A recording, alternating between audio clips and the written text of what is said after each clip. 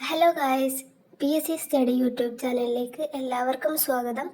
P S C സ്റ്റഡിയുടെ ആദ്യത്തെ ക്ലാസ്സാണിത്.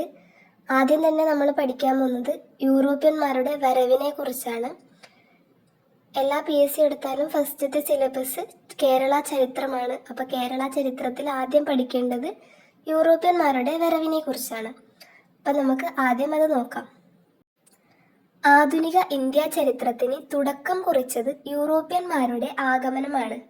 ആധുനിക India ചരിത്രത്തിന് തുടക്കം കുറിച്ചത് യൂറോപ്യന്മാരുടെ ആഗമനമാണ്. ഇന്ത്യ കണ്ടെത്താനുള്ള ഔദ്യോഗിക ശ്രമം ആരംഭിച്ചത് കൊളംബസ്. ഇന്ത്യ കണ്ടെത്താനുള്ള ഔദ്യോഗിക ശ്രമം ആരംഭിച്ചത് കൊളംബസ്. ഇന്ത്യയിലെത്തിയ ആദ്യ വിദേശികൾ അറബികൾ. ഇന്ത്യയിലെത്തിയ ആദ്യ വിദേശികൾ അറബികളാണ്. കടൽ മാർഗം ഇന്ത്യയിലെത്തിയ ആദ്യ യൂറോപ്യന്മാർ പോർച്ചുഗീസുകാർ. കടൽ മാർഗം ഇന്ത്യയിലെത്തിയ ആദ്യ യൂറോപ്യന്മാർ പോർച്ചുഗീസുകാർ. ഇന്ത്യയിൽ ആദ്യം എത്തിയ വിദേശികൾ അറബികളുമാണ്. ഇന്ത്യയിൽ നിന്നും ആദ്യം തിരിച്ചുപോയ വിദേശികൾ ഡച്ചുകാർ.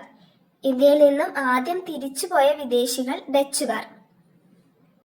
ഇനി നമുക്ക് യൂറോപ്യന്മാരുടെ മറ്റ് പേരുകൾ എന്തൊക്കെയാന്ന് നോക്കാം. ഏതൊക്കെ പേരിലാണ് ഇവരറിയപ്പെടുന്നത് എന്ന് നോക്കാം.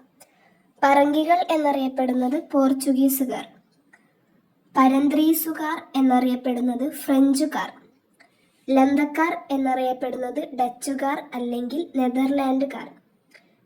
വെള്ളക്കാർ എന്നറിയപ്പെടുന്നത് ബ്രിട്ടീഷുകാർ. യവനർ എന്നറിയപ്പെടുന്നത് ഗ്രീക്കുകാർ. ശീമക്കാർ എന്നറിയപ്പെടുന്നത് ഇംഗ്ലീഷുകാർ.